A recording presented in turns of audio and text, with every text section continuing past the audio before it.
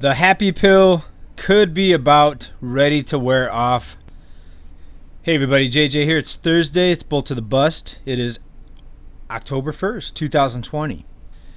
Welcome to the fourth quarter of the year. I'm glad to see this year 2020 about 75% in the rear view mirror. I'm ready to get it done. Does it mean things are going to be better in 2021? I don't know. I hope so. But the happy pill is about ready to wear off. Let's talk about that. Let's go to one of my favorite websites. This is wolfstreet.com. Gives us a nice chart here. This is personal income. Actually, when you look at all sources, personal income spiked at the beginning of the shutdown. And it's interesting because you look at the first part right after the shutdown in March, after the shutdowns began, you see the leg down here. But then after the benefits kicked in, we saw this big spike upwards. So then you say, well, how can that be with the shutdown and millions of job losses? How would personal income spike like that? Well, when you mix everything together, all sources, stimulus payments, enhanced unemployment benefits, regular unemployment benefits, the people that are still working, of course, wages and salaries, social security payments, rental income, dividend income, etc., Paycheck Protection Program paychecks. And this spike is one of the reasons why the economic downturn was so well hidden for so many people. You still saw people out spending, but in this K-shaped recovery, we saw the wealth gap widen dramatically. We saw the mega corporations get bigger, profits surging at the multinational retailers, while small businesses, basically half of them wiped out. And in some areas, more than half of the small businesses say they're never going to reopen. And I can't believe how many people I see basically telling me that I'm crazy for saying this, for saying that these benefits actually are making things look way better than they should be looking. They should be, most people should realize what's happening, but look at this chart. This chart really says it all. I mean, how can income surge in the middle of a economic shutdown? Right? Well, it's more easy money, it's looser lending, further deregulation of the financial system. All right, these are all props and they're all temporary. This will not last forever. I guarantee you nothing lasts forever, especially when you look at the economic cycle. All right, but I still see a lot of, oh, this is fear porn, this is doom and gloom. Look at the chart right here. This was an unprecedented spike in personal income during the shutdown. How much different would this shutdown, this engineered economic collapse, how much worse would it have been without all of the stimulus, without all the help? And even in the cities that are reopening now, a lot of the jobs will never come back. The businesses, a lot of the small businesses are never going to reopen. Right? Where are these jobs going to come from? Right? Unless you're a repo man. Let's talk about that here in a few minutes. There's jobs out there for repossession agents, as they're calling them, and it's pretty disturbing. Let me talk about some other things first before we get to that. Take a look right here at CNBC article. Jobless claims now 837,000 this past week. Yes, they dipped a little bit, but let's take a look at the chart.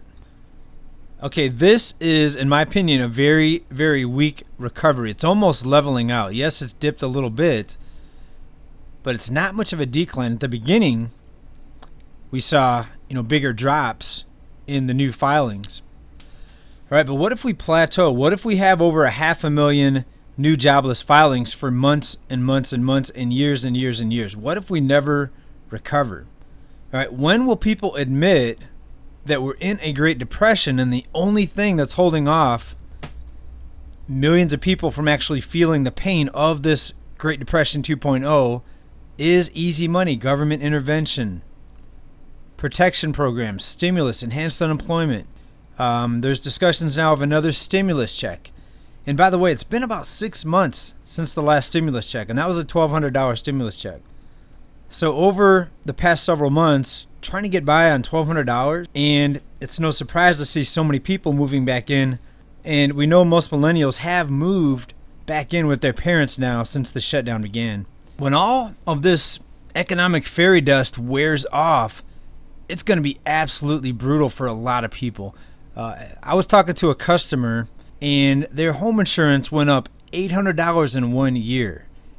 And she said she called around and got different quotes from different companies, and the cheapest she could find was still $800 more than she was paying the previous year. It was like over $2,000 a year.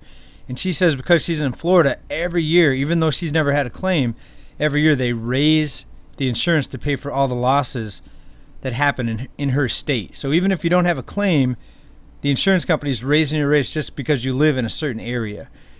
And we're going to see it in California with all the fire losses. We're going to see it all along the East Coast, down in many states throughout the Gulf. A lot of these people are going to pay higher costs, even though they've never had a claim. And that's not even the worst part of it. The people that did have claims, their rates are going to go up even more because they've got to pay the higher fee that they're raising everybody's throughout the state, and they're going to have a surcharge because they had a claim, even though, of course, it's not their fault. Because they had a weather-related claim, or you could say it is their fault because they moved to those areas. Just like if my house burned down here, I could say, well, it's not my fault. I didn't start the fire. But then you can make the argument, well, it is my fault. I stayed in California when I knew how bad the fires were here. I should have got out.